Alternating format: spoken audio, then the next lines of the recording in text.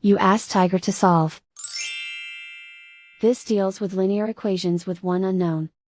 The final result is x equals -72. Let's solve it step by step. Swap sides. Group all constants on the right side of the equation. Add 3 to both sides.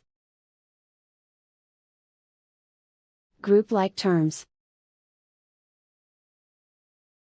Simplify the arithmetic.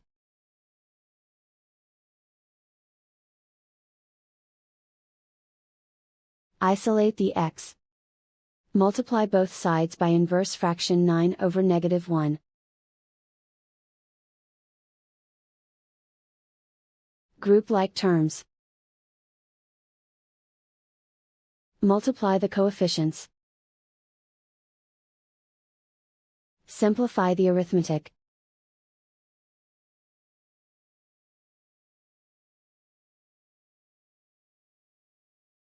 And so the final result is x equals -72.